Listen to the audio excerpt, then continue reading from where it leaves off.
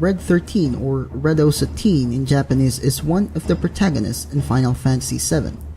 His real species is unknown, but he is believed to be a wolf-like feline beast.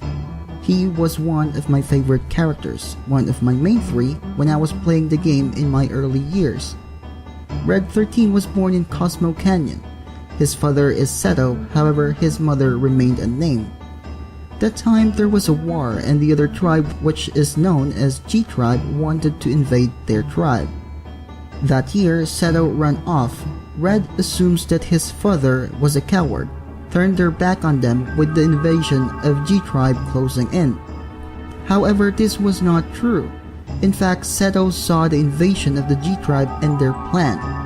Seto wanted to take the tribe alone. He knew that when he do this, he will perish. But he valued his family more than his life. He plans to stop the G tribe on the caves. The G tribes were unrelenting and attacked Seto with darts. Seto fought as long as he could until he succumbed to the power of the darts and was turned into stone. Red XIII did not know that his father did this. When his mother died, he was cared by Bugenhagen, the elder of Cosmo Canyon. Before Crisis Timeline, Red XIII partakes in a ritual to appease the planet. It is held every 50 years. However, he is reluctant since he does not consider himself as a warrior. Another member of his tribe, Dine, whose species is also unknown, accuses him of being a coward. Little did they know, Professor Hojo has his eyes on them. Hojo dispatches the Turks to help capture the specimen. Red XIII proves himself that he was a warrior and attacked the Turks. This gave the time to let Dine escape. However, he was defeated. The Turks are good enough to let him finish his ritual before taking him to Hojo. Final Fantasy VII Timeline.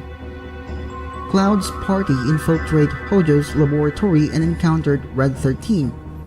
Aerith and Red are in chamber. Hojo plans to interbreed them.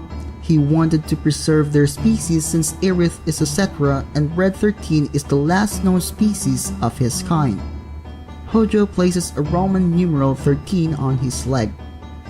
Cloud and party was able to get in the nick of time and was able to free Aerith and Red.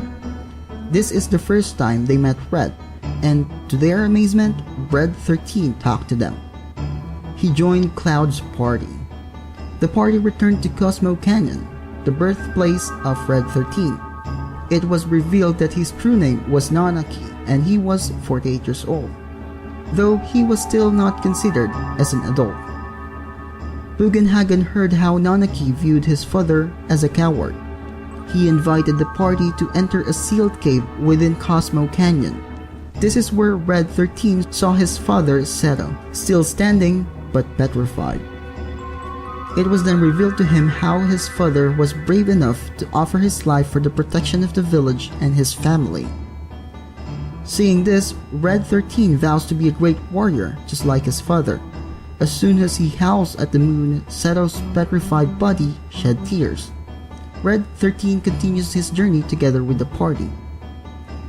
Red XIII takes part in the attack on the northern cave with the rest of the party, defeating Sephiroth. He watches alongside the others as the meteor destroys Midgar and is stopped by the power of the Holy and the Lifestream. Post-Crisis Timeline. Red XIII vows to follow Bugenhagen's wishes. He travels to observe life and teach others what he had learned. However, void begins to grow in his heart. He is struggling with being a beast or acting like a human. Also, he will live longer than the others, which means that he will see his friends die and will experience a great loss. Vincent tells him that soon he will have children of his own. He also tells Red that he is immortal himself, so he will live longer than him. The two agrees to reconvene in Midgar every year. He also helps Yuffie in rescuing Yuri on a cave. He leaves Wutai but returns to help Yuffie in finding a cure for geostigma disease. 500 years later, after the meteor fall, Nanaki overlooking Midgar now ruins with his two young cubs. implying that he has mated with Dine, or it could be that he found another female closely related to his species. Could be that Nanaki is heading towards the promise point where Vincent and he agreed to meet every year and tell their stories. So that's all I can gather for Red XIII or Nanaki, and if you like Nanaki, I have another 10 facts about him, so be sure to check it out. And again, thank you for watching, and I hope you enjoyed this video. And you rock.